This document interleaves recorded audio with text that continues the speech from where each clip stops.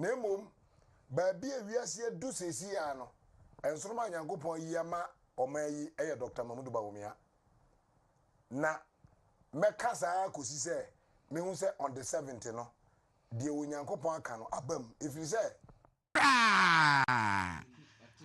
what take it comfortable lead that comfortable lead the end is verse saying it you can comfortable lead do should be sound but where there what take it unassailable lead Dr. Matopuku prepare that according to NIB report no ukuta 76 point something it be number 3 it be number 5 it be number 10 you say the closest you can number 10 it is a the second in ponimu a year Ocean's second what I say yani can say distant second it is a which you be more distant no I say distant second but with the Ocean's second what I say 76 as against 10 point something there me come report me that me kwa fa base ma behwem but then the question is you pose and na ye de hwe eyi will be as running mate na and that make say ubeso you be as running mate apart from the fact say nipa na popular apart from the fact say nipa penasem apart from the fact say nipa ko na ye politics ache apart from the fact say nipa ko no ye competent no one major ingredient be so baby a ye hu na bonding compatibility say nipa ko na wo person de ye adwuma no mo jeli ana e no de research bia ni honom a ebetima prove sa de no. There's no research. Maybe a student of research there, but there's no research. One more research needs to be here. There's no research. Dr. Upoku Mensana, Pastor Sisane Feno. Oh, Dr. Usu Mensa, don't watch me. Watch me research methods. I will go. Ono cry me yes so bet me catch me say obet me I research at compatibility. I just said the only one be who come oh where they be on na who say omutimi din komo kamania that but so what about say the yen is wo ebe just for the cameras and the American say post no di aba baby aba to bia yempoyim aba ni nyina de be jama Dr. Mamudu Bawumia na what taking a decision enchi bia I'm sure say the next 2 weeks no o to kwa ko UK oba be ukrada honum na next omu beko next meeting na sana affluent say next meeting die edin beko enti no monto mo just that chadi ache no kuri ni chadi ache sana na ekoso unnecessary kakra bi what take it comfortable lead that comfortable lead the end is verse saying enti you can comfortable lead do should be sound but where there what take it unassailable lead Dr. Matopuku prepare that according to NIB report no ukuta 76 point something it be number 3 it be number 5 it be number 10 you say the closest you can number 10 it is a the second in ponimu a year Ocean's second what I say yani can say distant second it is a which you be more distant no I say distant second but with the Ocean's second what I say 76 as against 10 point something there me come report me that me kwa fa base ma behwem but then the question is you pose and na ye de hwe eyi will be as running mate na and that make say ubeso you be as running mate apart from the fact say nipa na popular apart from the fact say nipa penasem apart from the fact say nipa ko na ye politics ache apart from the fact say nipa ko no ye competent no one major ingredient be so baby a ye hu na bonding compatibility say nipa ko na wo person de ye adwuma no mo jeli ana e no de research bia ni honom a ebetima prove sa de no. There's no research. Maybe a student of research there, but there's no research. One more research needs to be here.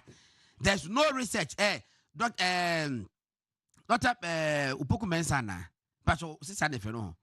Oh, Dr. Usu Mensa, don't watch me. Watch me research methods. I will go. Ono cry me yes so bet me catch me say obet me I research at compatibility. I just said the only one be who come oh where they be on na who say omutimi din komo kamania that but so what about say the yen is wo ebe just for the cameras. Enti the American say post no di aba. Baby abebeto bia yempoyim. Aba.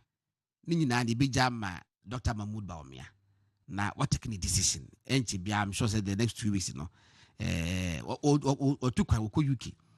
Oba be ukada honum na next omu beko next meeting na sana have learned say next meeting the edini beko enti no monto mo just that chadi ache no kuri ni chadi ache sana na ekoso unnecessary yikakra bi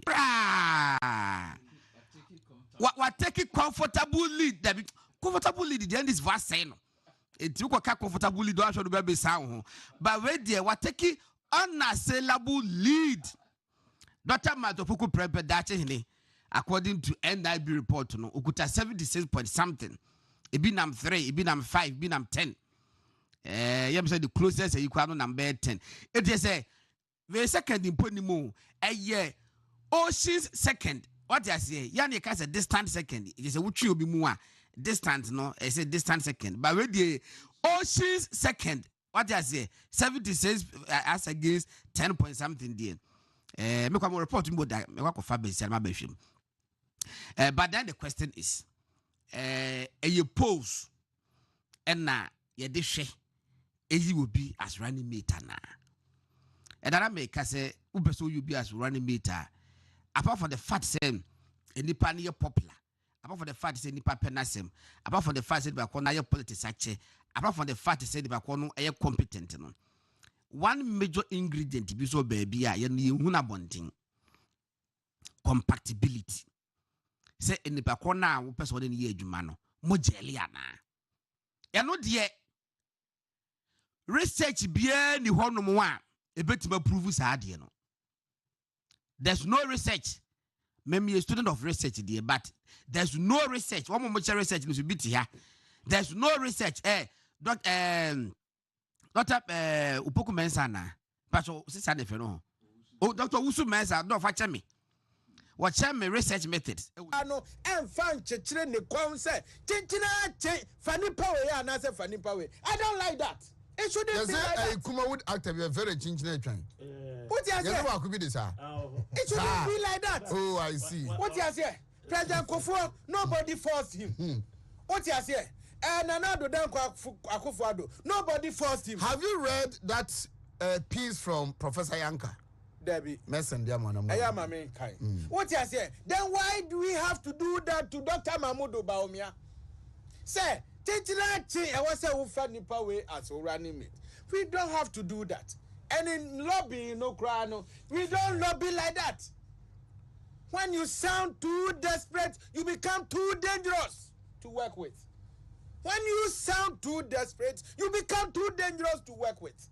I don't think Sanya Pese Yanyama Esiko Jumasua Obiano Edibua party no Eyadia Yaniso and in your way or other ways, you know, a woman and can't call Eba. Me what I would have wished in the crowd and say, on your own, start working. Work to Nipanua Krabe Flower say, but saying that Dima Namowachi if we say. And I'm way and I would too. And me and who say, yeah, Santini 10 Nipa was Antimamun, I say, Jane, I was here at the end of my if we see any years and the 4 years. Yan, adieu, sir. Your best, me, Maka, me say, Obibianoa, ye be you no fras Antimanta Muha. Now I am peeping in qua, dear Okra Grandpa. Okra, Papa. 19th June 2024, Felix Enim Appel and a report here on Unia Online. Wow. Na Professor Yanka and a chair, say a former pro vice chancellor of the University of Ghana, Professor Kwesi Yanka, is calling on the leadership of the New Patriotic Party to give the party's flag bearer, Dr. Mahmoud Bawumia, the free will to select whom he wishes for his running mate. The professor says former flag bearers of the party were given the space to choose whoever they deemed worth their partnership, and same should be accorded the vice president. In a post made on Facebook Tuesday, 18 June 2024, the former Minister of State in charge of tertiary education bemoaned what he described as the shifting of a goalpost when the presidential candidate was chosen from the north. J. Kufuor suffered no such plight. His choice of Ali Mahama was quietly done on his own terms.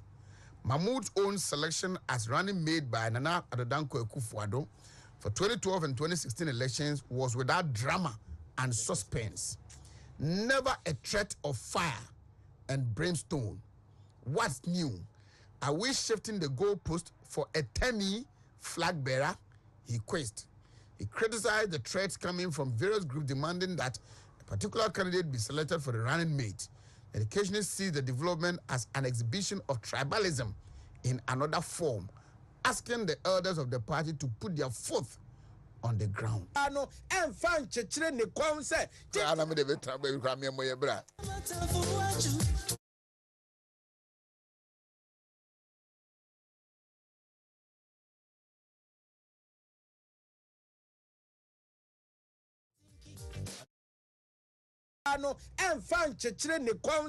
chinchina funny power ya na say funny power. I don't like that. It shouldn't be like that. Kuma would act a very chinchina train. What you say? Could be this. It shouldn't be like that. Oh, I see. What you say? President Kufuor, nobody forced him. What you say?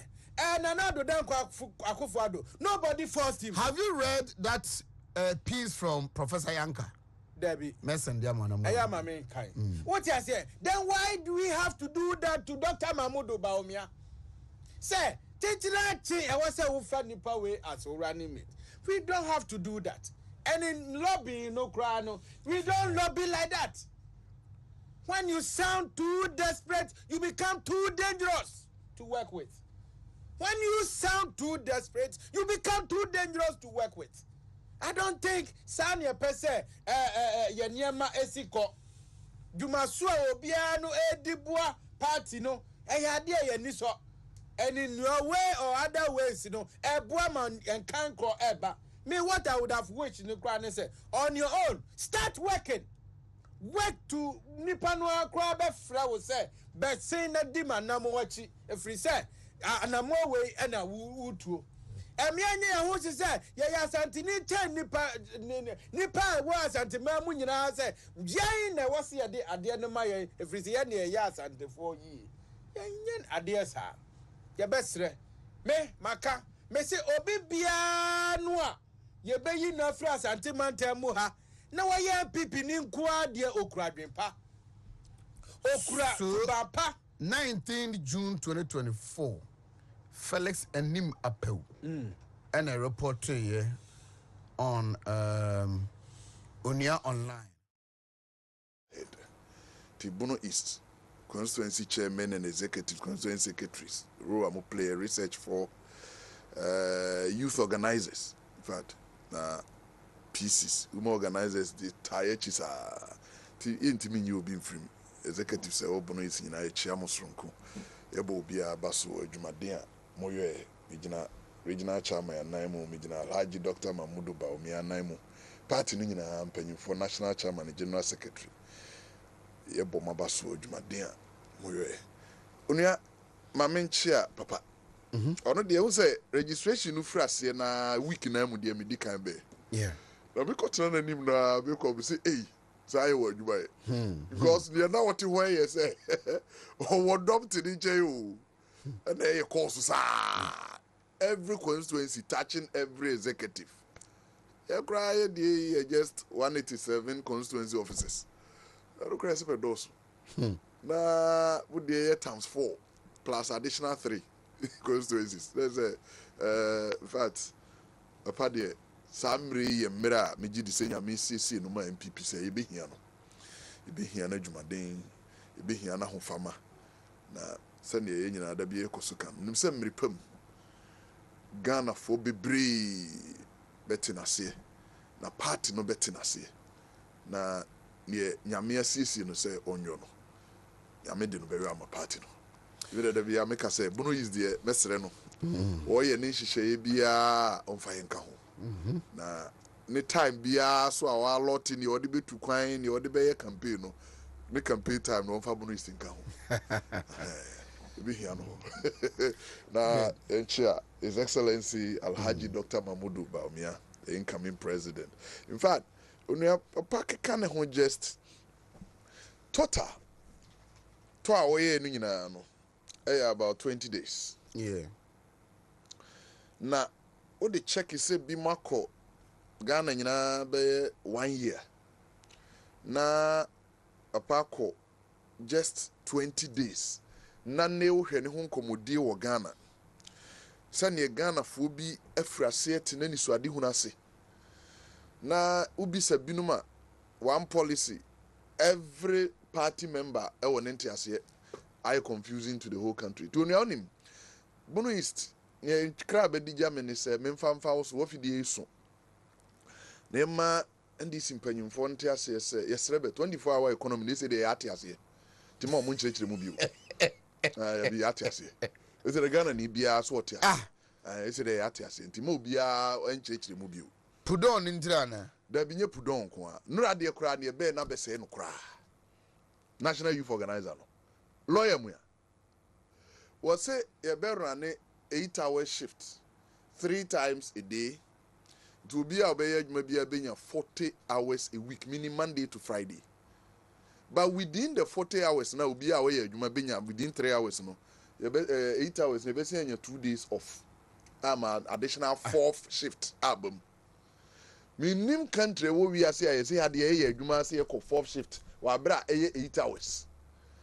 Didn't know the non file, but be a near tier discussion be.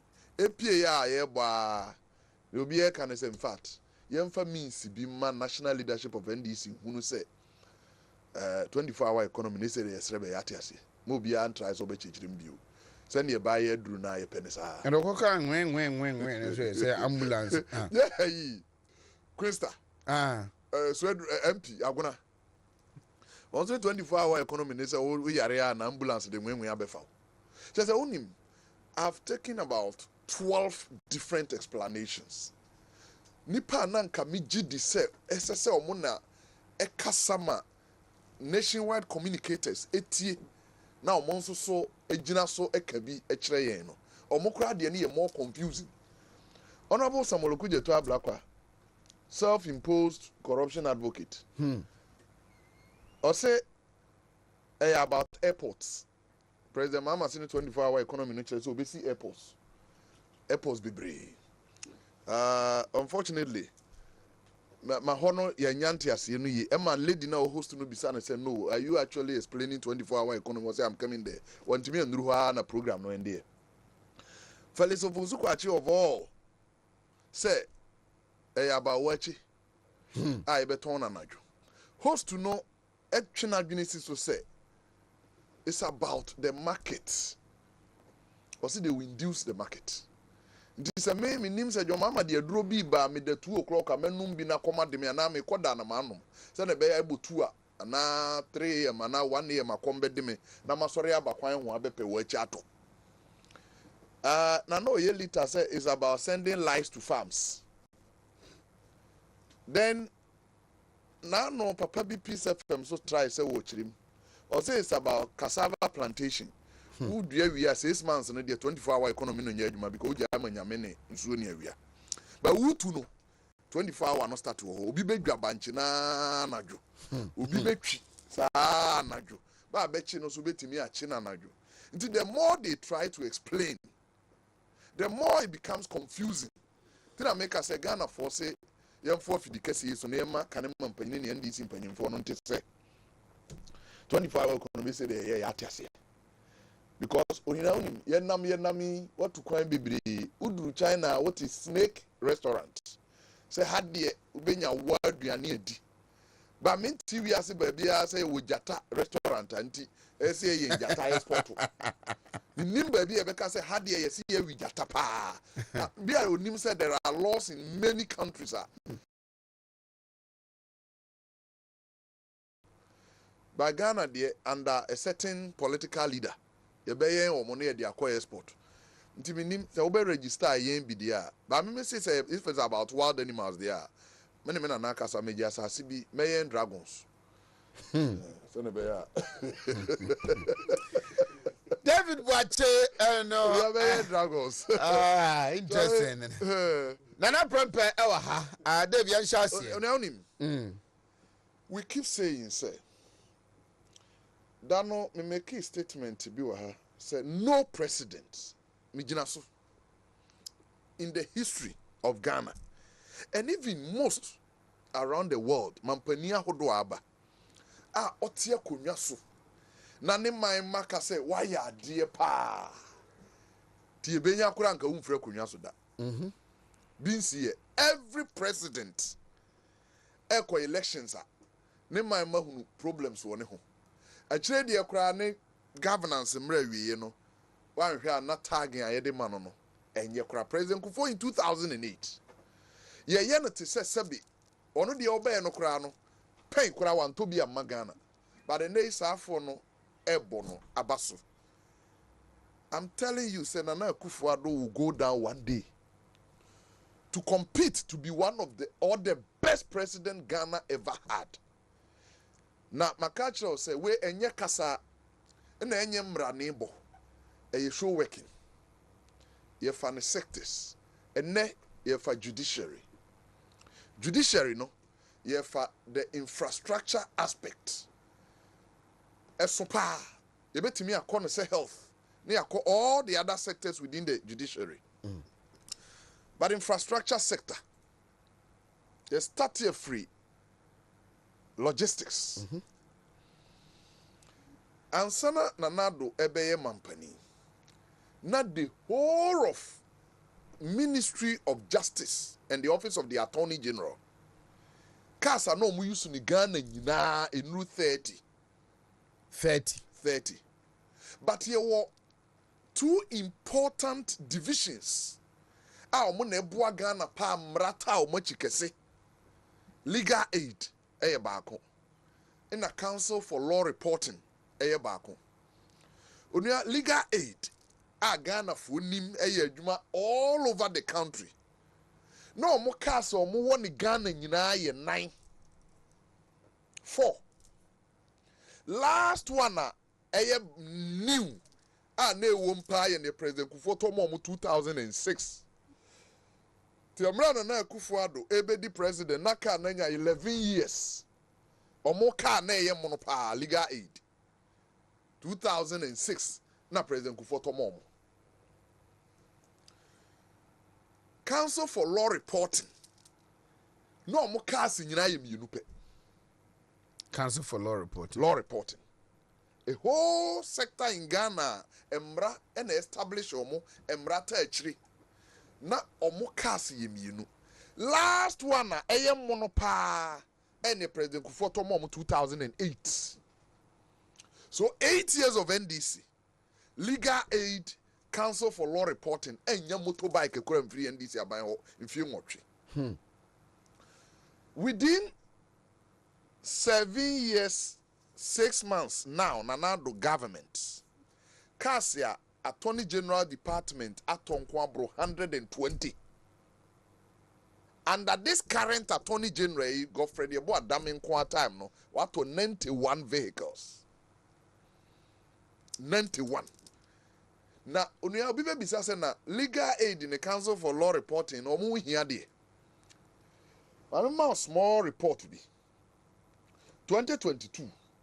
Ghana fo enya asem awaresem yani yeba asem bi ne maame family issues eco legal aid omuhia aban lawyer for ho mmoa na ye 12,509 cases o ese omo solve e Ghana ha we wa wo pe bia no 2022 budget page 167 is there. 2023 legal aid inquiry received 4,580 cases. 4,500. 4,580. Under them na omoye ADR. Alternative Dispute Resolution. Omo received ADR for 7,934 cases. Way 2023 budget. But on him. No question pa ne say before attorney general way and nanado and nanado aban beba no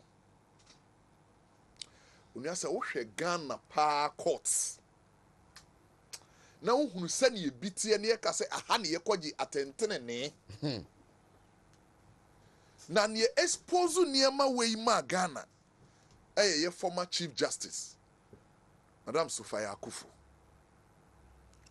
mmerɛ ɔbɛyɛ attorney chief justice na ɔfa to ne ho sɛ 2018 ɔbɛtɔ Ghana nyinaa baabi a yɛfrɛ ne sɛ court na court wo biara no ɔbɛkɔ hɔ na wakɔhwɛ sɛnea ɛhɔ teɛ na onua awerɛho na asefem because me nya kwan ne ne kɔ bi ɛwɔ Bono East nti mekae sɛ ɛma 2019 budget State of the Nation president promises sɛ maame no kɔ Kwame Danso a ɔbae no wɔde report to abrɛ no sɛ kwan no nyɛ koraa nti sɛ ɔyɛ nti because of maame no nti no saa kwan no ɔbɛyɛ onua ɔkɔɛ no ne ɔhunu yɛ ne sɛ na most courts in Ghana roof no enyunu nsuo tɔ a court no enyunu 2 ceiling no bebree apro ti mo di asɛm a bitimi tigu 3 louver blaze any frames a ɛwɔ mu no na bebree tutu ti judge ti ho di asɛm a wotwa ma hu ba no de akura na nka enye case because course no bi yɛ pavilion nti sɛ ka obi de yɛ dan na ni louvers abubu no enye news because obi de akura de wonam a uhunu sɛ ɔte hɔ onam nsa miripa mu de yɛ bɛhwɛ obi a kyerɛ bi floor no bi na tutu court dem a judge te hɔ no dan no mo tutu baabi wɔ hɔ a na walls no bɛyɛ sɛ 25 years yɛn penti da dan no bi na ebi yɛhwɛ obi a wobɛhu sɛ bi ɛyɛ colonial building a ɛnya renovation da kɔsi sɛ Nana Addo Dankwa Akufo Addo bɛyɛ mampani yɛwɔ bi wɔ so a yɛsɛ light wɔyɛ sɛ ɛwɔ hɔ nyinaa no ayɛ spy ne mmerɛ atwam nti bi wɔ hɔ a wosɔ light na ɛnsɔ bi wɔ hɔ a wote hɔ sɛ yɛayɛ adwuma na adum bi wɔ hɔ a fine nyɛ adwuma na judge te hɔ ɛyɛ adwuma ɛna yɛwɔ ɔmo washrooms deɛ ɔnamini bɔhyɛ ba bɛtumi aboa yɛ a ɔma yɛn the old buildings nim sɛ ɔhwɛ a ɔbɛhu sɛnea na bi teɛ furniture benches paa normal bench yi a amanfoɔ de tena parliament yi bi ɛna na course no bi ɛyusu ɛna yɛwɔ court bi wɔ hɔ a apaapae good onuanti this wey yɛ state of courts a na ɛwɔ Ghana fortunately wey yɛ kora sɛ din wɔ aseɛ di wo hwɛ a wobɛhunu deɛ wɔsɔ no yɛ tema court baako no deɛ wɔsɔ left no yes ɛna deɛ wɔ n'ase no ɛyɛ Atebubu yes Atebubu wɔ hɔ ɛna ɛno aseɛ left down paa yɛ kukuom court ɛna bench no sisi hɔ no yes Erikopoku capital no ɛkɔ nsuansi odi regional minister wadi MP for over 16 years near what top right ɛyɛ another tema court hwɛ sɛ deɛ si apake nkrataa no yes wɔwi hyɛ hɔ no mu a na ɛdi bɛ bosom na nkɔwɔ se yɛhu bi ɛwu nti wa sɛ yɛka kyerɛ sɛ dɔkɛta ayerɛ ɔkɔ mpatwɛ bɔhyɛ wode kɔwakyi ma me aka mmienu neɛ wɔamfini hɔ no ɛyɛ gɔs so high court no high court na asɛ yɛabɔ apata pavilion as a canteen no pavilion no gɔs so high court no as a senior high school bi canteen neɛ wɔ no aseɛ ɛyɛ high court gɔs so high court no yes neɛ wɔ aseɛ no yɛ Nkoransa court and also bench as a what's the next one nti onua wo hwewe a ne to aso yi ɛno nso so na aba yi ne di kan no wamfie ye wo soro no hwɛ mepacho hwɛ right side no top right na ɛhwɛ ɛdam ho fam ho na ɛno na chi no baby ɛkɔpɛ justice yes atɛntɛn ne ni ye wamfie no ɛyɛ tuobodom court we maame no gyina hɔ a ma order say within 1 year oman si dan a yebeduru hɔ obeyi court na free the whole district there was here no Sampa on your right. Sampa, and then hwɛ Tiobodom Sampa on your deɛ left. no. Hwɛ Sampa Ɛyɛ sɛ court. obi one man church afei no what? Hey! Yes. That's the state. Watch a young cobio. You are hobby. Where ne tono. Nti wohwɛ baabi a baabi a ɔte no ɛyɛ one obi court no judge bi akonwa na ɔte so no Abo aflawo no yabɔ hɔ and aflawo hɔ and edidome wɔ hɔ and then jolopoti na Peki. akachi And na Adapa. ogina after the ɔte onua hwɛ bi o I see. yes Hey! There was a form yes bottom right. yeah And no Tema District Court. now Tema. ma me ma o say omo ayetie ye no send e be ya obi ndoubt we no wopɛ sɛ ohu pictures we nyina Google Judicial Digest Ghana court wo Google Judicial Digest volumes ahodoɔ nyina obenya adagye a ɛkɔ akɔsi volume 12 as we are talking now nti volume 7 volume 8 volume 9 nyina yɛ maame Sofia Kufu Abreso ɛna from volume 11 ɛyɛ ani yɛbo Abreso toko no ba no ne deɛ ma abɔnten Okay. nti we yɛ hwɛ district court Accra Central Kintampo ho Ɛna ɛwɔ okay soro no. ɛno yɛ soro deɛ no And her curtains now when I say first and now you the crossbar inside there you did try that with me you know. court no Wa court no hwɛ wa o Kintampo. regional capital wa na hwɛ tema di hwɛ o wa no she o Kintampo na hwesoro ho. O se suru ni nyina tutu o. hwɛ wa district court ɛna ɛwɔ mfini no na wa circuit court And ɛna ɛwɔ wa fam no. Hwɛ akonya na si wo no. Me ba jo o hwɛ a form na de ɛwɔ fam pa no right. Nkonya mi na si wo. ɛne yɛ wa circuit court no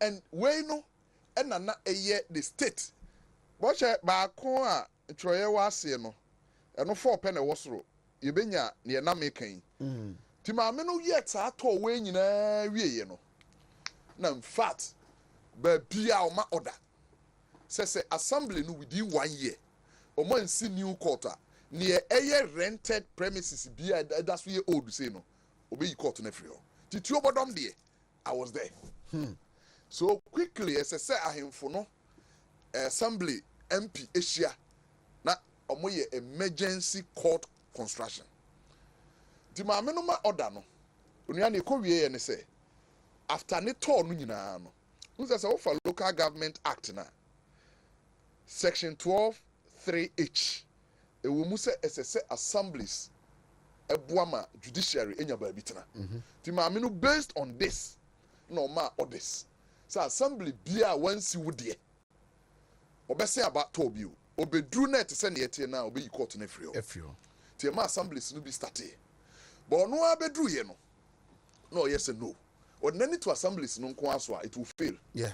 to ɔmo nyɛ report na ɔmo yɛ full report tiɛ na capture all these pictures na ohun sɛ ɔmo hia 207 courts emergency yɛsɛ baabi ɔmo wɔ no ɛno koraa ka ho bi na ama lawyers mpɛ sɛ ɔmo bɛyɛ judges state of condition of na hwɛ sɛ woyɛ private practicing lawyer ne yɛ point to judge sɛ kɔtena waa circuit court wɔ ha motivation bɛn ne wɔ mu nti wɔyɛɛyɛ naa no 160 ɛna ɔcommunicate ma assemblies no sɛ out of 207 no 160 no deɛ obiara mfɔ so sɛ obɛfiri biribi ase na ne yɛ sɛ wɔde ne report no kɔ na government bɛba abɛsɔ wase koraa wasɔ wase ti cabinet ɛma ɔmo instruction sɛ they should bring their own prototype of court design a ɔmo pɛ ti bɔhyɛ ba wo a prototype no wɔ hɔ ɔmo yɛ report na ɔmo de ha onua wei ha ne report no ɔtwerɛ yɛ Hey, court no bi no di hwɛ report no nneɛma a wɔadɛ na court na ye red and yellow so ɛkyɛn old old classroom block. But also what can you say? Na say yen na nke de abetena ha. Ka people will say enye no kre na ye ka no. But me say what wutie yen bia no. Google Judicial Digest or more report to you. The only report or the command government no bi ni. Ti niamo identify wo all the courts are okoye no. En na ye dodo na waris 1 to 9. I to IX. Serious roof leakages, rotten ceiling boards, damaged louver framers and blades, poor flooring, dirty walls due to lack of painting, overaged electrical infrastructure, damaged plumbing and drainage systems, poor furniture for courtrooms and offices, cracks in the walls of the building. Yeah. Number 9. Ma me so fire akufu ko Ghana nyina court no. Ti there was home in na court. Nyina ye court. Nti oni am say we no. Wa o pese wo hunu no. Because say you are tempted not to believe. Yes. But where you nyam na me kotro you. Judicial Digest. Enra na dwobesi na no pay me kan mako 9. 9 different reports. Ubenya pictures ni nyina wom. I took all the pictures from there. Now uwie we na ena oye ni comprehensive report the command presidency. Then they took it to cabinet. To amokwe onua final report no ne say na oman no here under emergency 207 courts to replace all these ones. Afei ye here 541 bungalows for judges and judicial staff. Tina judges and magistrates in Kwan was here here 381. Now 160 are here for senior staff of the judiciary. The way na maameno de kwe and a president editor local government ministry and him through district assembly's common fund. No, I'm saying here they want to intervene. During 2020 State of the Nation address, President Steti say, "Omaino take emergency measure. Now you see 90 courts. Now you see 100 bungalows for judges." Yet to say, Ubekaya agenda 111 started with 88. Yeah. But we say a fair assessment we are near 101. It's a Brosaba, we are 2 minutes for being come home. Well, you know, the same. President Steti Nantino, a channel moves and ye agent, a bino yono. 120. 2 years 19, we are 30 bikura, rot no 2 minutes free. The president boldly, Emma local district assembly common fund administrator. Yema me arena to she ado. Na mampanyini de shenensa. Under supervision of local government ministry. No, almost 120 house courts. And almost 150 residences for judges and magistrates. Na onia unim. Adia way na do aban deliberately SC120, but in all aban no say odi aban nyina aka ho a SC court no kwa bro 150. Why?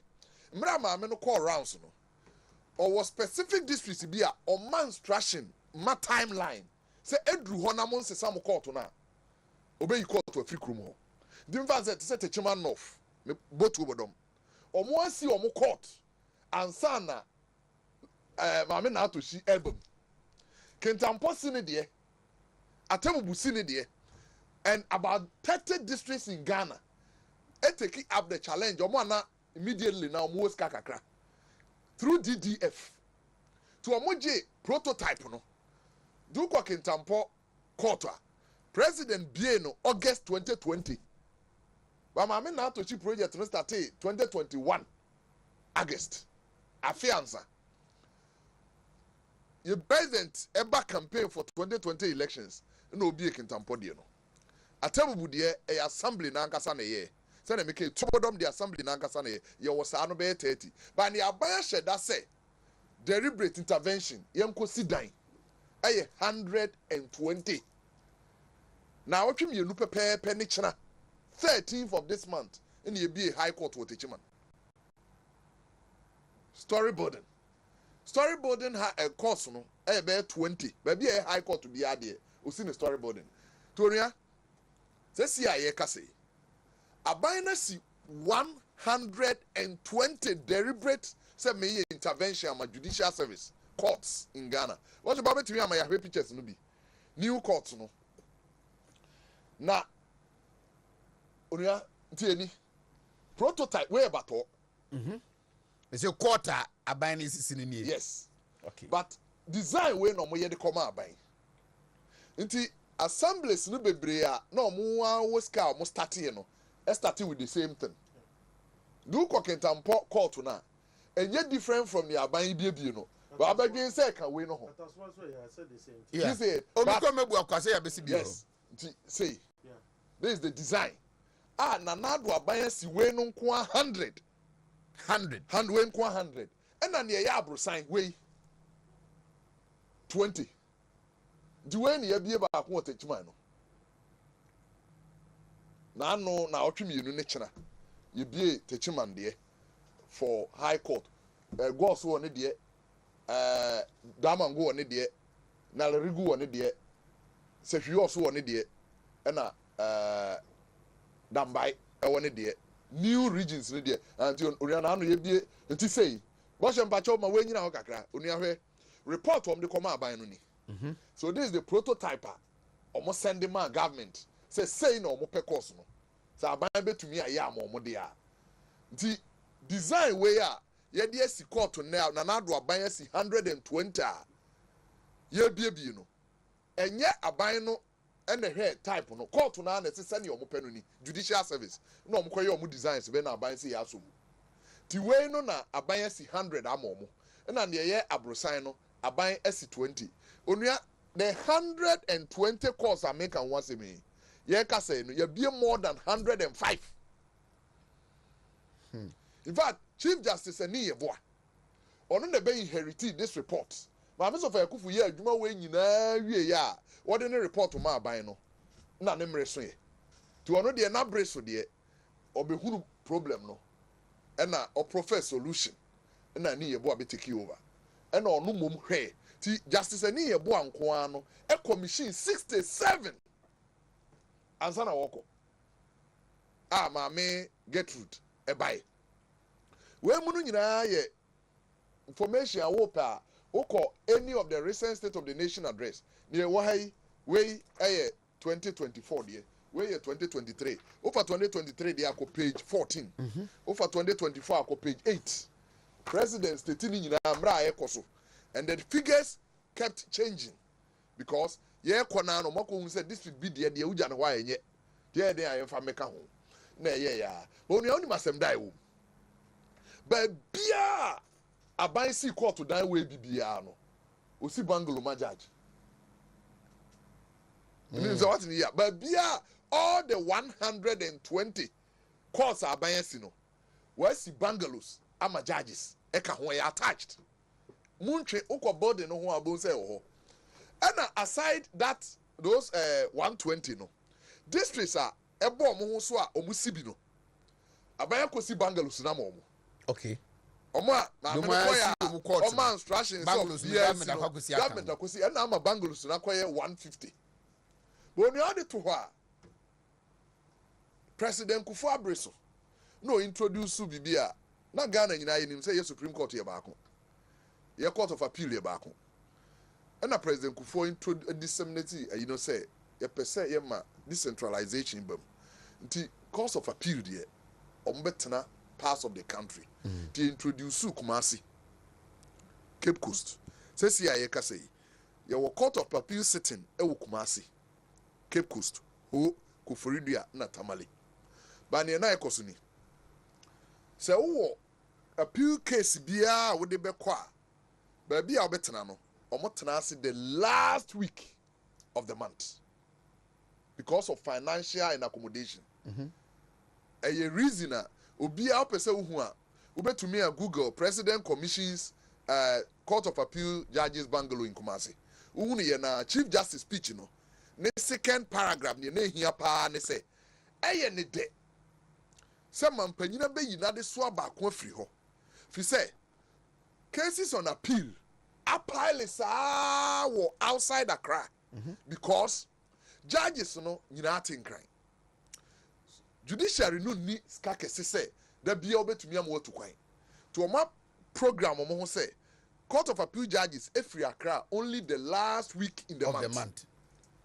Enti say Tamala they pay their transportation per diem hotel. Na oma betna Tamale be 2 days. Oma ba Kumasi be 3 days. Cape Coast 1 day. Be a ho sana no moye.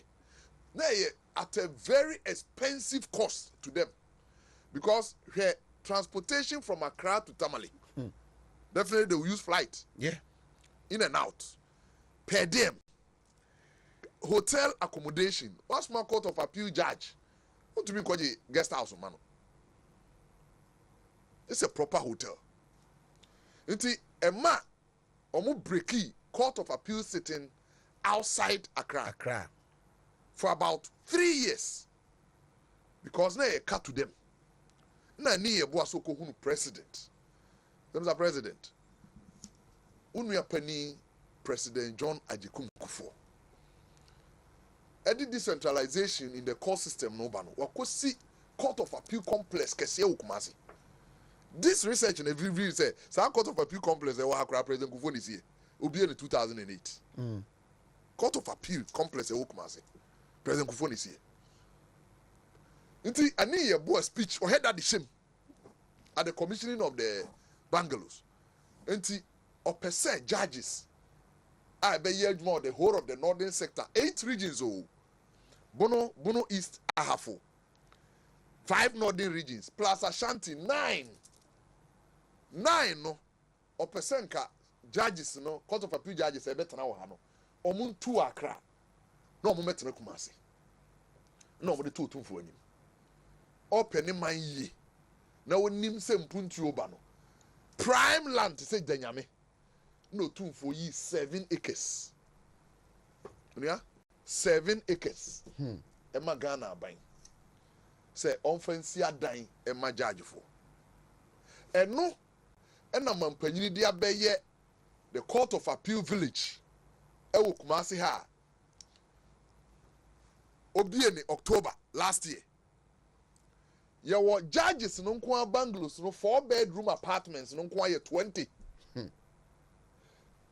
do you know ya can say 20 houses that be your 3-bedroom apartments to 6 for directors at the Court of Appeal. Your a guest house ewo ho a say judges no binya guesta obetumi amanako. Each of the 20 bungalows no ewo 2-bedroom apartment attached.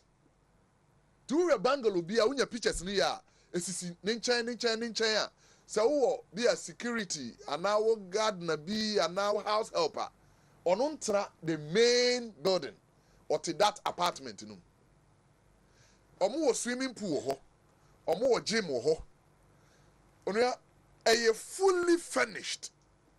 This is a Court of Appeal judge bi court na ho a ne ewu hia ye watade now the court everything is there. Oshaba my area pictures no bi kakra me gidi say ebema nipa no bebri tennis court wo ho roads well paved asphalted now a community. But how many people know this? When say yeah cause any did who way obedwin say your mama green book mu Photoshop abusuafo amutie we ya de Kumasi he ya danyame mampanyina bebie o regional minister office wa ma menka ne sa no mu hunu yi o regional minister office wa and I just say na hotel judiciary na ohwe how fittings inside the individual buildings not here. Well, but who say unia, so these are the individual buildings. a kuru biara for a judge nyama mpanyini nti o meme ne wunti for atentini ni nti niema aban na ya amaye no that is the court of appeal judges village ewo ha onua ye free sa courts and accommodation for judges na the next the minister of justice himself and attorney general mampanyini na nado beye attorney general and minister of justice 2001 no odwene say ba bia Ghana yeah the whole of attorney general department ba bia ye patent ne oman no gina brane edi bone ho ban wo mra kwan so no the whole department no is not fit for purpose na Kufuado and President Kufuor Kasai as minister the President Kufuor ma order so omunsi new office complex for the Ministry of Justice and Attorney General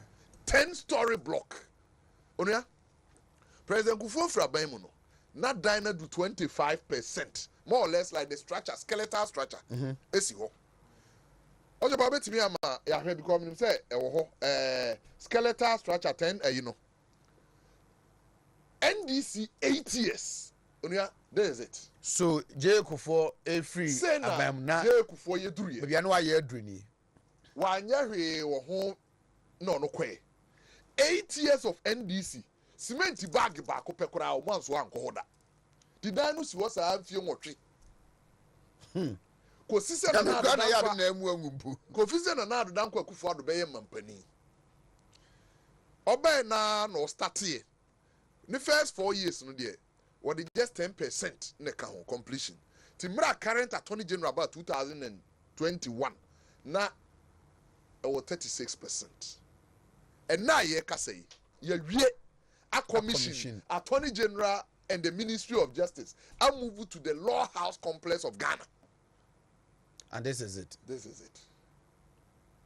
we say send the bear TV be hu you other pictures no ba be hu say na esi wona sa send the net here na pepepe that is it law house complex no tinei under Nanado Danko there is it really 10-story block ne attorney general and Ministry of Justice Diana Nado esi amomo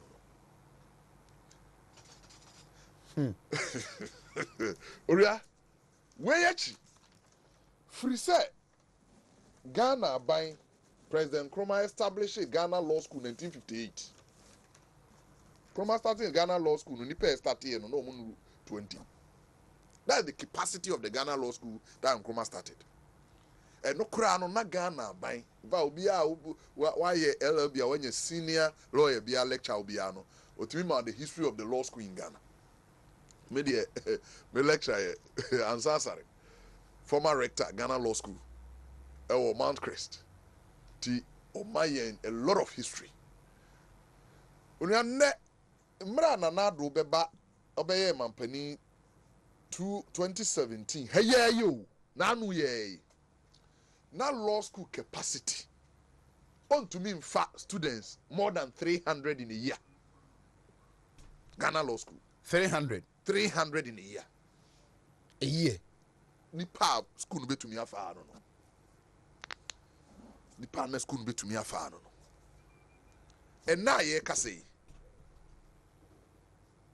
last year nipa graduate year 1092. This year almost 1,500. It's not just for nothing. Ye ka say president has spent the $4 million to get a block just there as temporary. Now betimi there expansion but ye ka say you know na do aban AC a fresh law school law school eno dey kra ni makola o e wo University of Ghana campus any business school na to obi a wafa Westlands akopie Madina bia no okwa e wo ho kese big yard a contractor wo ho ye adwuma gidigidi niema e wo no nua 1,500 conference room, multi-purpose conference room. A 1540-seater lecture theaters. For convenience, person in party so they actually share with them. Lecture hall nipa 40 bit matron sa 15 and a womb. I say rooms are larger lecture theatre bit for nipa 500 mienu. Eka home. Hostels, more than executive hostels, 50. I said I got you. Obia Ute Mbiano, Ubetimia Google, President Castle for Law Village. This is the extent Akufo-Addo's government has invested.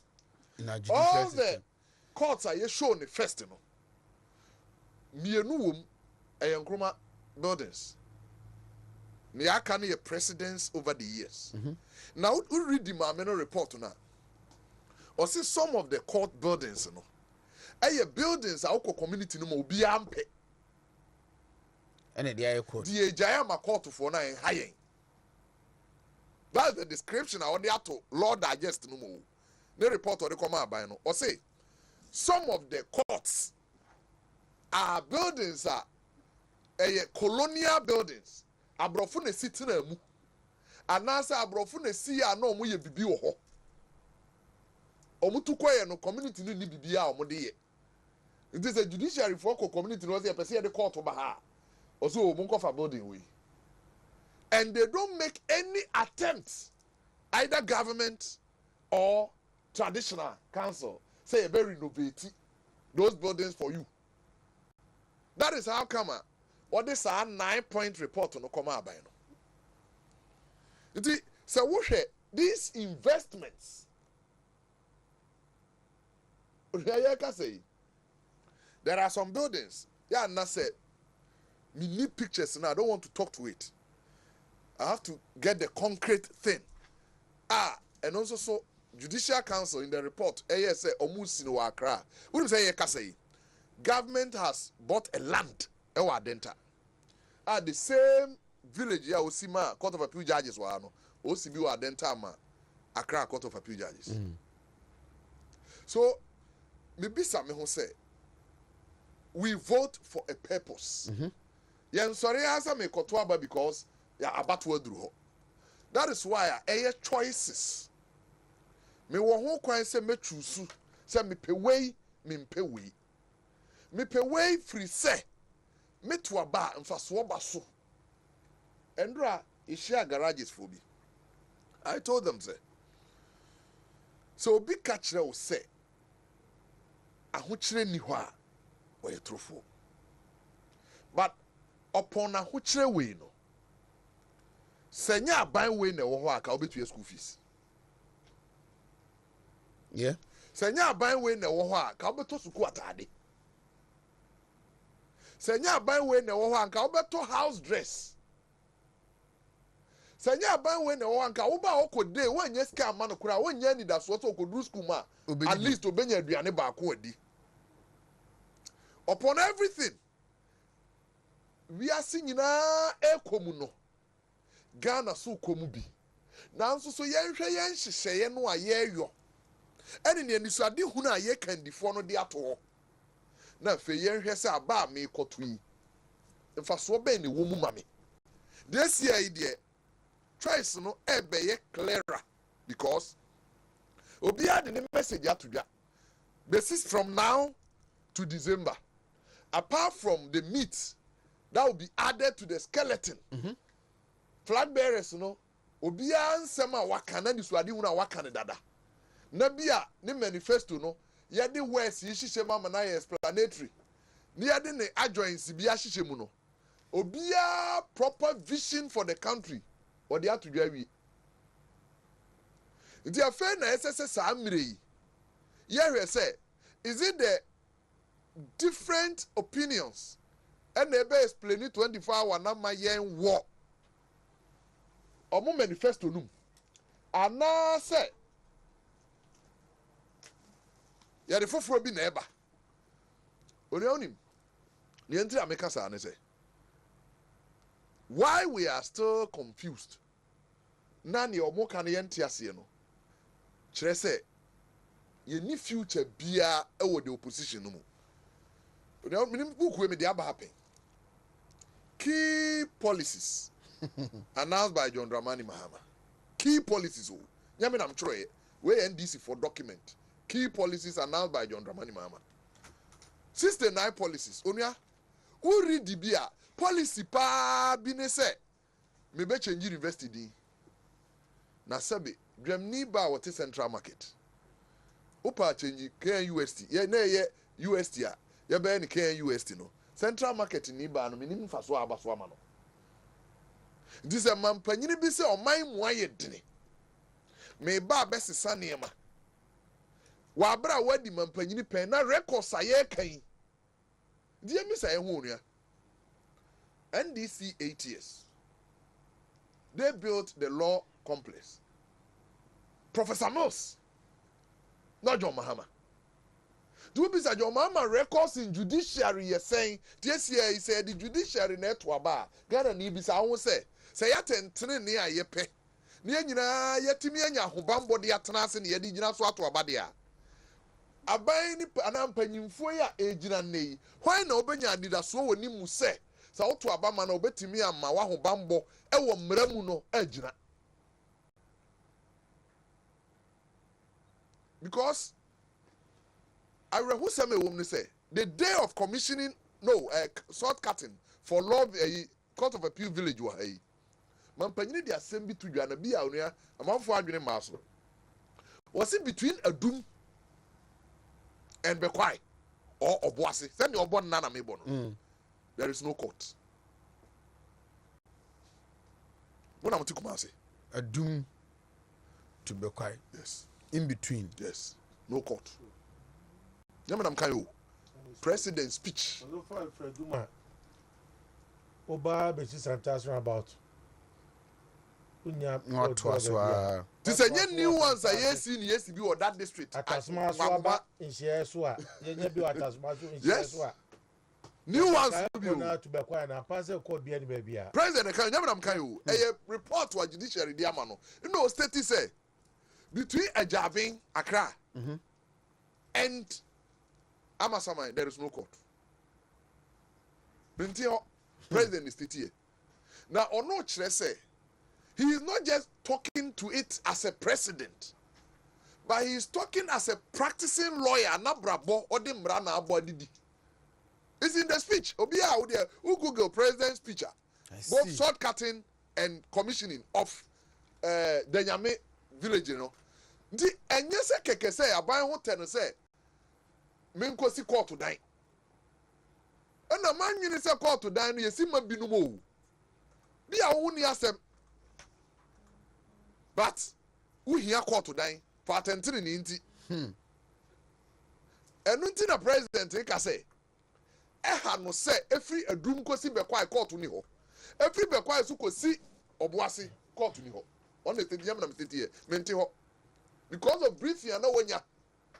No, state is from a Jabin court in Accra, meaning baby a Jabin to Amasamai, there is no court. Now, what them, what course or ho, at the assembly of Hammer Binom, when you bra Ghana for bre, the margin say, Obitian young quanta. No case. Nani closest of a high court. To all the route now, but there are communities and courts are not supposed to be for districts or constituencies. And untina, uko court back one, be a building back on your course be 6 in a womb. Law court complex, Accra, 43 courts in a womb. 43. Uko, this is how Asiedu. Yeah, appeals court. Court of appeal building, no, course a womb. But imagine, say, let's take President Kufuor's Court of Appeal building from here. Then let's take these judges' bungalow from here. And here judicial system not the same Ashanti region. This course no Kwano, Ashanti region, enya more than 24. New course here you see. Ashanti region Kwan. You see me say what is ready? Ya commission. 24. Akrupon. Where Yeah. Ralph Moho. Ewo court by assembly no see a response to my no de no nti enso can report no so utum assembly no see mra ma no mine no I told you about 30 respondo. The rest no muniska. Let me say you betima kwa assembly bi oba me regional. Your assembly to say Sini East. The whole month revenue assembly no nyina benya nduru 5,000. I'm telling you, you can call the DC. The whole month. To be busy in assemblies, no crown contribute to and say assembly contribution, you know, honor your concessions. Radio ni binti. Hey, even a whole place like Techiman North, which is so close to Techiman. Say yes and tosi beba. And now tia timer. Assembly jintosi box be kakra. And now tia bag be kakra. Revenue they make in the whole month in 6,000. Yes. This is the state of some assemblies. The aban way no niema magic ni wonders are way and wagana hano. Ese se meme hunu say ye ya sede baako. See ebe magana for see ebe ye more. Okay? All that we have done here, every sector ayayo. Me hunu government bia wabro na na danko akufo ado aban so, even including in Nkrumah. We have handled comprehensively health. Yeah, health. Yeah. Nobody, no president ever in a bet to me the achievements in health. Upon say oh we be a Canadian on the your mama for International Maritime Hospital no Bank of Ghana Hospital in Canada win. Still, Wontumi fa no to President Adranko Akufo-Addo. Enra me hunu picture bi pa urology and nephrology center e wo Kolibui. Baby Edru. A hospital on his own, by yes within a hospital. 101 bed hospital. Your 400 bed maternity hospital were within Kolibu. These two alone, any of our military hospital capacity, 500 beds. But Akufo-Addo don't say a full hospital or the expansion of Kolibu. The same thing. When him say Konfanochi Dano Buyeno, the Biania can say 400. Now no me 555. Yes. The work of Konfanochi na ebugu na yes in for front. Send 740. Yeah. To President Bugu, the NAC a 555 bed maternity and children's ward. A full hospital. Ukobabi a friend teaching hospital. Afari is a full teaching hospital. 500 bed capacity. But dime back President Tessin Wahano. Oh, Konfanochi no. Konfanochi no so say afari. Capacity. Iti ye mo megidi say ye wo niema bebre wo ha etitiriu asante maimu. Because adie bia ban we ye bia no akese ne dodo ewa. No government ever and I started 10 hospitals in Ashanti region bakuda at the time. But today ye can say Ashanti region called 35 hospitals ongoing, some completed. So it's a juma and yes we ye walk my CNT I catch us Ashanti region automatic said that we MPP. No. Share juma no.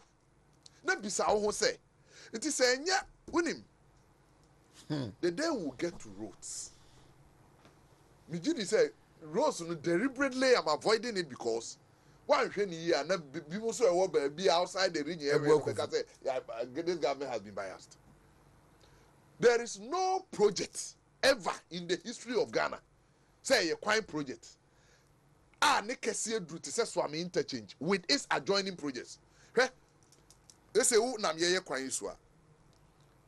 Anomanyi, Macro, and a post office. 3 flyovers we inquire projects on this one a region be say. But I had attached to a major project. These flyovers are here who ha me noon start me Sakura and start here, Report Junction start here, Crow from the end start here. But near I started adjoining to Swami Dieno. Projects on this one a region be just one.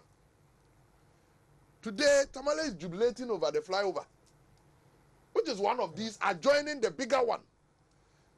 But there be an kasabi ebe to yene say be adie ben wa wo hunu ne value. Right. There. Mama ni wa home. Nana. Oima. Chairman. Boko de. Boko na so. Ye tiefo na ye na tiefo ne ahwefo nyina so ase. Baby a Chairman to me obi anso no. Yen ka se Nyankopon nhyira no. Amen. Na kwabra me na me nua ba tu ni ase. On say Courts. Enra last week na me ka asem say me say na me pe no. Over one ministry. No wa kire the aban na ye. Na ya show I say the pictorial evidence. No be wo fia no ho. Me ban so no ka 24-hour economy no asem. Agobra me an kasa na me nti ase na me nua baba ko no me mate university Abigail. So NDC ni. No na kire ma se ma meti ase pa. Na se kire no ye simple denso. O say what's the 24-hour economy no? Economic policy. Said you mo aka no no. Na economic policy na se kire ni nyina se Ghana for pa mo ho asem ekoto abama Yira John Dramani Mahama 7 January yeso ni na kwamra ade bechi 8 January so that singing room wani beti na ye complete house kwamra sa ti ase o say ye pure economic policy and you know is like a magic nya fe na ban na ebe ye bibia you know Yira Dramani Mahama you say wo be dane professor and the single room now team no when the betting now called the full house. Now the question is full house now as I say benzo na dey kwa kosi ama the man manager was say me ka keto ya in design center ya meeting ya pay one sem koto abama Yira JDM on the 8th me ka design center be than Land Cruiser no was say son or mother match room because Yira Dramani Mahama say politics no ye di intro kakra ne aka no kra kakra enti no the kro wo ni say I trust something na da no mo de breye enti no eye magic bi na omo ba be ye omo ni sika ni anwode bi omo de be bibia ba on pese Ghana fo hu say yes ye wo shop memory no nana minu ka say jata ya ye be yen minim afu okura kwa brazo de ebu akwa mo wonzase minim se ebu akwa hene wa papa obema kwa me ye jata ne asebo ho no ma so that's the meaning of the 24-hour sabi NDC for adida da Ghana for nti asense be kwara onze media me say ade hia me pa ye free SHS because anya hwe kura no me wa dance die wo me fie me mami ensa I see ano ba ko take on the final year ono no ka omo start year no okwa mass komna owie no the 3 universities organ obia efano UDS Legon KNUST and then the program of person NTS one called KNUST. The second one or Pokuare, the third one or Cas. Na and also one Guabrame, not the be a mecase. Ye money pound say free SHS no. The economic freedom idea my because car what I said you year or what text is here no within that 4 years and 3 years period no. The sika anka I was as a parent me invest in akra na answer what me with SHS no one say what share report on the amaya yes say 2017-2018 academic year and nipa call free SHS no it was 813,444 Kamra o to also the next year academic year a year 2018-2019 na rise to 1.3 million. And you better averagely no you over 400,000 plus and the increase averagely. Previously na over here ka average increase near around 200,000. And the government say and crop 400,000 and your opportunity eco school free.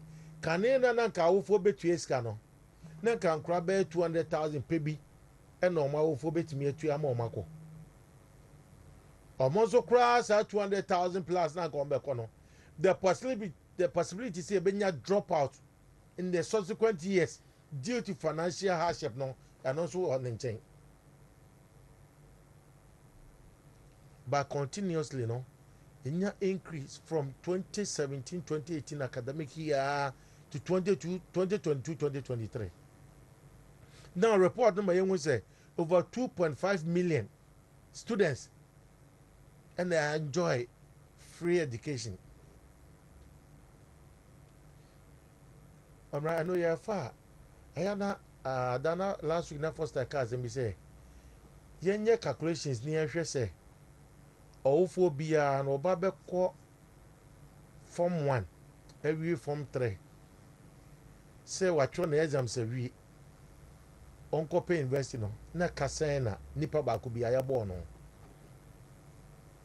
because the estimated amount a na yɛsɛ within this period no ɛyɛ 12.88 billion Ghana cedis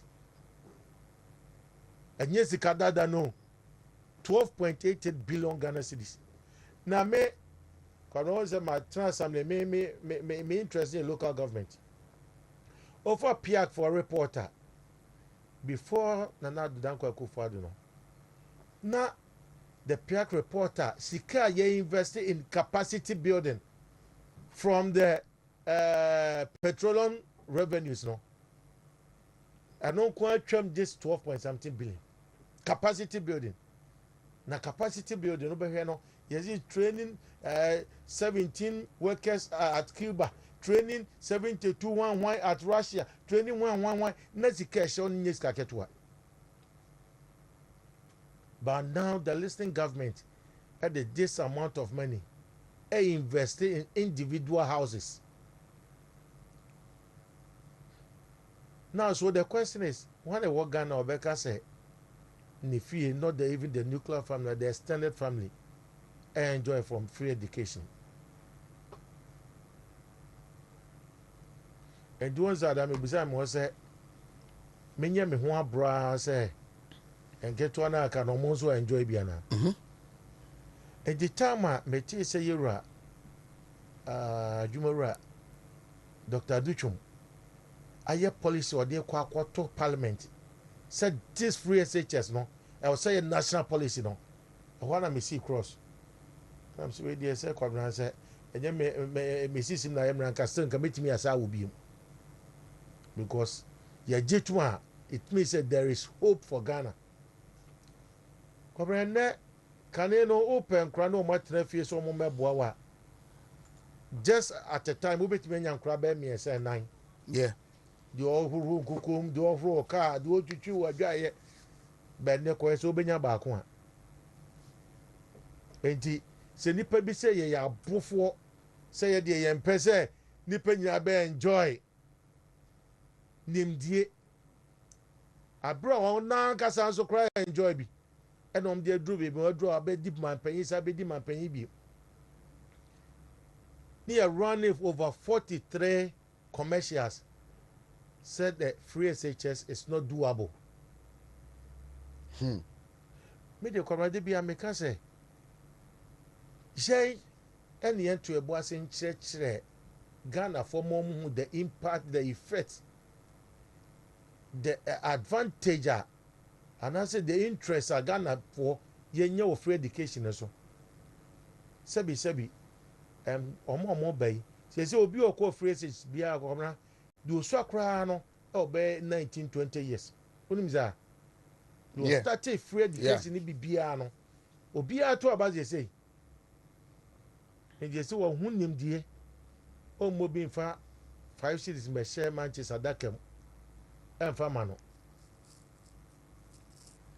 die kobra me esaye me desaye me ho pa yesa STEM schools na ya standing to the basic education. Yeah. Model schools. Model schools, no. Smart schools. Smart schools. Sure. At the part they say, oh, JHS 1, oko JHS 2, no. Wontumi was say almost smart learning. Creativity.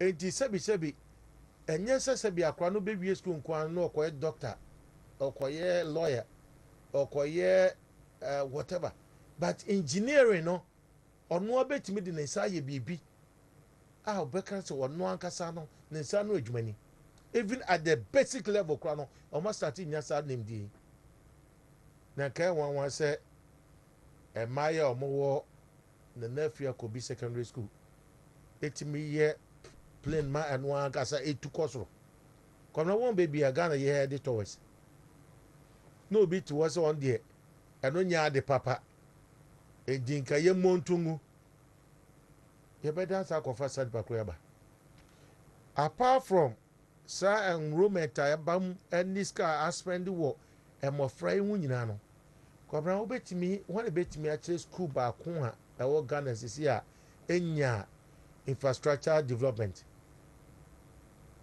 not a single secondary school oh my Ghana mu oh because one day 7-8 years here ye koi onya a single development ko hwe Miami school pokuare anya last week na you were vice president ne Dr. Duchum almost the smart project ne koi na hwe so mo to no obia tablets na nim na screen da board so ni esua de akobra hwe ne fe sani ma we ne wo se ma awofo ene abatan no ehu enfaso a ewo ho a yira Dr. Mahmoud Baumia e ba beto aso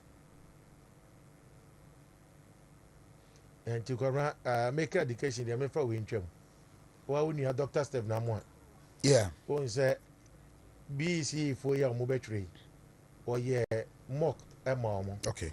mock na ye no both public and private schools ya Obia.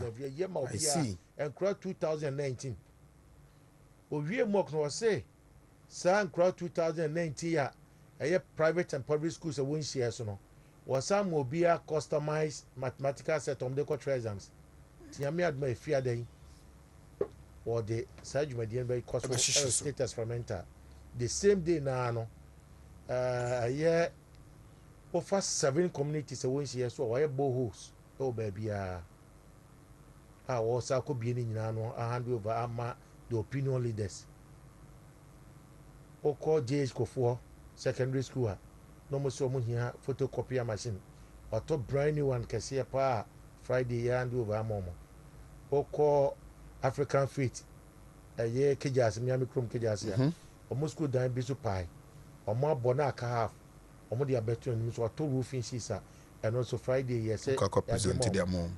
eno dan chen kra mi Chrome odino kwada so no say su kase bi to dan sen dan be 20 so pai and also omo roofing sisa na no so provide e dia mom we nyina ye dia ban no ye e dia boa ne manfo eno ti kwabra de make as so nyina se we ye niema a wosa ye to MPP aban so de bia make as se the president kofo be ye no se 2008 election Ghana for ye nie ho aboro ene ye to aso a kwabra kan ne bia nka Ghana e ga Ghana ni fa bi sanya hwe ne kia fa bi sanya hwe because ukro mu niema e kwosui o ko hin na kwa akopɛ de I'm a man for the Holland a passport to chat PhD holders in play. Can you imagine?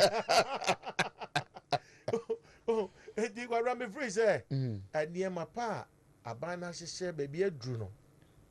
Ye mistake, as I could find this bar. Yanka 2008. And near Baza de Asante Region, bear more bro, asking Obia because Yera, Mahama was say, or the Sikako. Ebe ya kwan ma ye kra enye ye fe ni real visa sika kokko kese enso asante mamu na wo empo twa kese pa me ka me ofa alaji sani so wanti azese ma kan sa empo twa kese pa wo wiasim saudi sika twa sika kokko e bi twa asante mamu ma yura don doman mama oye na ni nyina ya na nya wanwan se wo se ye wo short memories enu nti no politics the tran truck akra de no kro kakra and only 24-hour economy no entimi de message Ghana for sɛ baabi aduru no yɛntoa MPP aba no so yɛwura Dr. Mahmood Bawumia kwabena education wa no mete ne speech bi ɔkɔma wɔ se the disability Yeah. People living with disability. Free tertiary education. I'm saying, wow. Kwabena say, oh, share you the disability na. Ɛdeɛ nti na wɔsɛ obi kɔgyina kwan ho sɛ sɛbi ontumi nante nti ɔkɔsa sadeɛ sɛbi ne nsa baako akyea kakra nti ɔkɔsa sadeɛ yɛwura Dr. Mahmood Bawumia sɛ saa de na yɛtwam nti bɔ mmɔden sɛ wobɛkɔ free education wowie basic ɛkɔ free education wowie a tertiary no ɔno ɛsa bɛma wo scholarship ifiri sɛ ade wei kɔbra yɛmpɛ na adeɛ biam ne yɛpɛ nti media mesra sɛ sɛdeɛ yɛapɛke no kɔmna yɛnkɔ ne saa every week biara no yɛnya one sector one ministry sɛdeɛ me nua no kaa sɛ ɔmpɛ sɛ ɔbɛtaakye road koraa ɛnɛ meba yi sɛ last week meka kyerɛ wo bosomtwe kwan kɔbra meba me nam so saa sɛ wo sɛ kɔfidwo da so wɔ kwan no so ada saa da no ɔnya nwei wagu abɛduru aputo gya metisi mu ana maba abɛduru before me krom da ban ɛno nso adwuma kitikiti bɛ short ayi na aka no sisi ɔnso ɔmo go so wonim sɛ ɛnɛ baabi ama kɔtena nam ka sɛ yɛkora se o but ɔmo kɔ Cape Coast ɔmo kɔ Takoradi ɔmo fa ɔmo nya bɛfa bɔsɔmtwe atonsu oduru aputo gya no afa ɛboɔ ntɛm na akɔfa kokofu na ɔteɛ sɛ bɛkɔ akyi wɔ no ɔkɔ ɔnni traffic biara so Right. Kwabena we ni adwuma pa ye nyina wo se edi ho adanse Dave. Oya. I'm sorry na. Sorry. Sir. Oka na wan fan to bi ho a. Obi badwene se bi a. Wa he da se wo ye bias. E bia unse me de ba. We NDC green book no. Yeah. O manifestos no nyina wa. Green book no on judiciary omo capture only 2 paragraphs. Because mo anim say judiciary There's nothing to talk about. Eno kura no 1 paragraph about Professor Mills project. Do we heading na transparent and accountable governance. Eno e wo page 149. Tu benya issue na nkasa wo page 151. Onia mem read the preamble no. Na say na mako judiciary no. Good governance, transparency, and accountability are major planks on which President Mohammed's agenda for transformation hinges. Under his leadership, Ghana continues to perform impressively in global rankings in all major governance indicators, human rights, transparency, and rule of law. Government continues to create scope for the strengthening of state institutions, civil society organizations, and the media, which operates in a very free and open environment. First, a parliament. Second, a judiciary. Government has financed the construction of a modern multiple court complex in Accra to provide the judiciary with a conducive environment for the administration of justice. Government is injecting $5 million into the e-justice project. Already 3 video conference and telepresence equipment to enable the judicial service conduct face-to-face interaction with judges in Accra, Kumasi, and Takoradi have been provided. It allows to promote participation in meeting both locally and overseas. This is the whole thing about judiciary in the NDC Green Book. A picture will provide here, Professor Mills, Dino. We can even still say your mama. Emfa. We have a way. We muna judiciary mrabi. We no na say me maso no. Also then Health Professionals Regulatory Authority Act. Omo na Internal Revenue Amendment Act. Eno no na Achievements and the Judiciary. Acts omo pass here. We catch you say wow people 2024 budget. Now we acts are 20 January here last year and this year. But eno be waste time. Until a man da man ko until the whole of judiciary Ashanti region. Oria all the 47 constituencies, and answer about the 43 districts or assemblies. You miss I who say, dear what he and then this renovate court to that dark crab. Now I make your attempt to so busy. Oh, these are the questions I'm pressing a busy. Yeah. I say, the order than now. The order that say no. Do I say no? Make your home. Na campus wise obesi from po. So for judiciary, Ashanti region, NDC and John Mama, about zero, nothing. Oman ye wa. Tina make catcher say, Omo ankasa green book. Wa wo bibiano could be page 149 to page 151. A betcher on your more say, ne brow on judiciary. And not a single court say a buying your mama down 4 years. And then this year buy about 8 years. Say I said that's a crowway court on yet. She could see be a momo. So my man benya tentene. Mampanina na do danko kufu ado edwene ho say free adum kosi be kwai court ni ho asante ma egu sam patamu ho adum to be kwai no kwan be ne be fa so benya tentene ne ama omo mampanyini bi dwene ho ba mampanyini bi eno nka na dwendwen ho. That is why ye bisa yen ho say obia dwuma obeyo ene ye hwe so ne yatoa ne so tinei se wo asante man mu ha ene ye kasa afa atentene ne ho judiciary bisa ho say ade be na megina so say judiciary and this tu anamon bi ti se meta o machi mo mo ba biewa ebebo asante man. And let's compare to NPP to make us say yeah they bold every sector of governance. When him recently nobody omunim so mbenya hope to the elections. Hey, oh, economic indicators exchange rate. Yeah. And unfortunately, and Ramitier former president speech be, he keeps lying and things say ono kasadia. And I'm saying this for be fan say it is anti. Sano be as be fan. How did President Mama say all kona petrol gallon ye 14 cedis? Why is he lying? Me say we will take it to him, the petrol politics. Me say until say Ghana better a liter of petrol, 20 Ghana.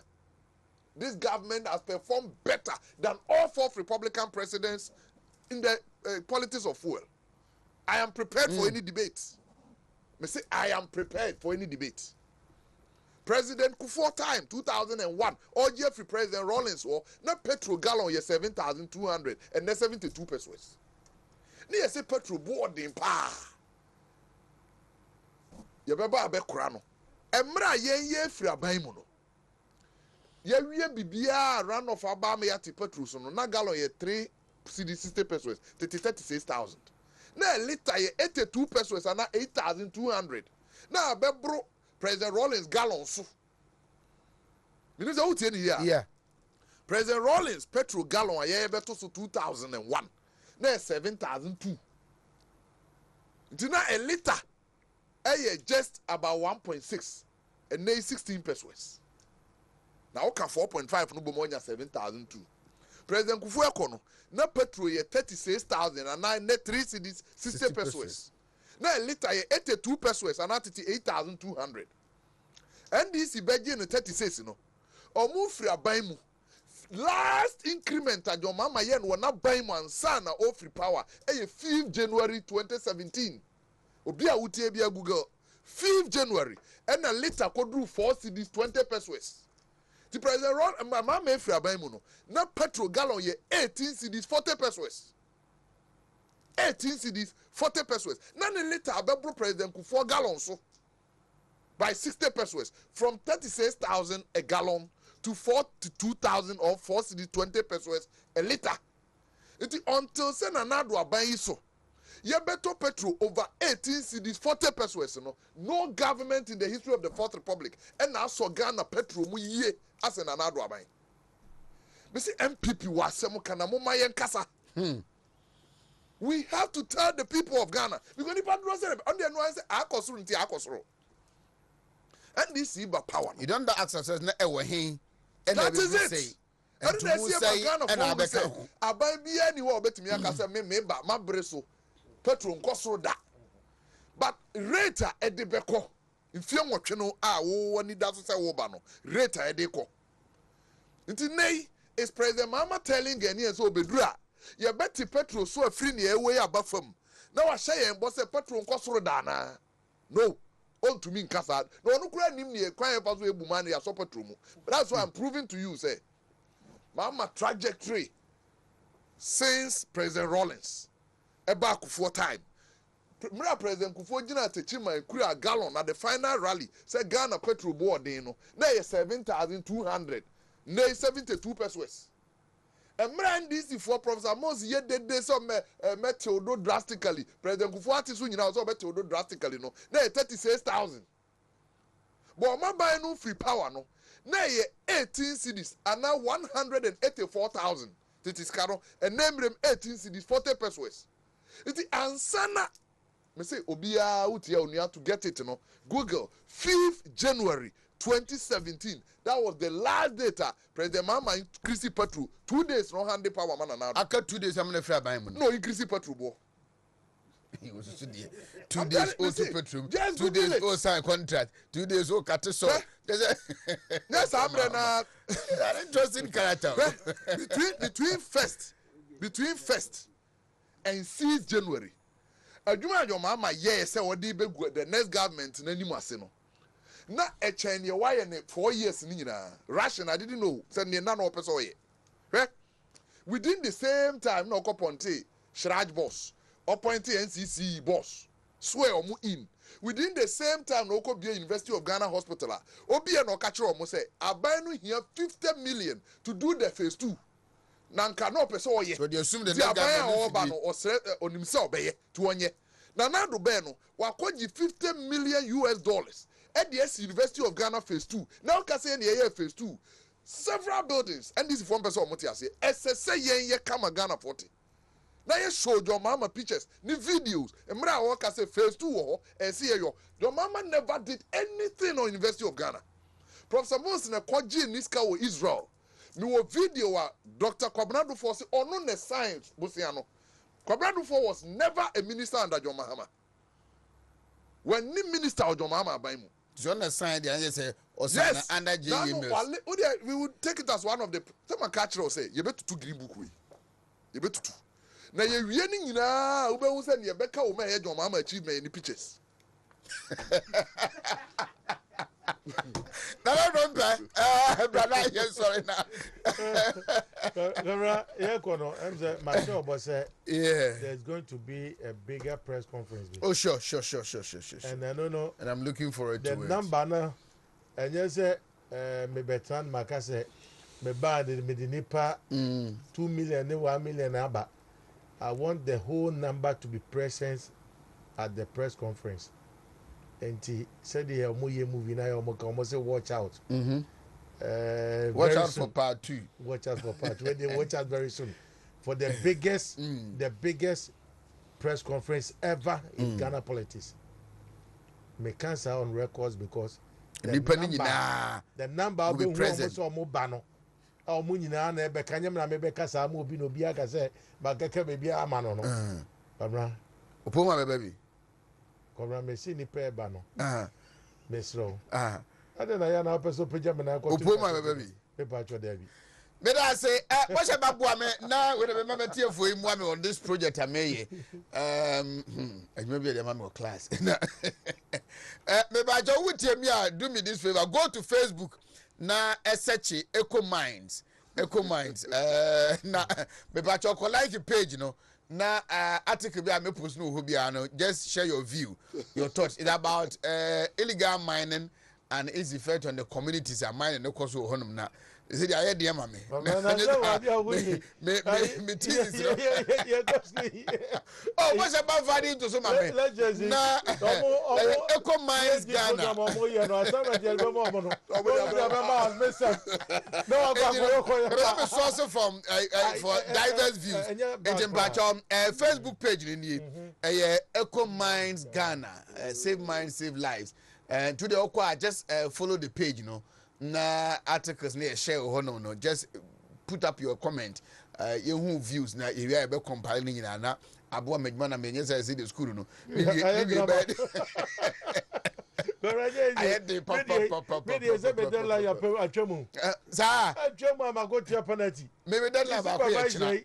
Is supervisor and then I may as well be green light say by my assignment back deadline here china Mohana Dr. Laurentia Japan yeah Japan only supervisor me 3 days ago sending me say mammy fret just say me extension ya watch obi a the extension about the man na me dear mammy from my okra wo fra wo for so view na say asema eti am for the besia na ya sorry so nyame adma china pa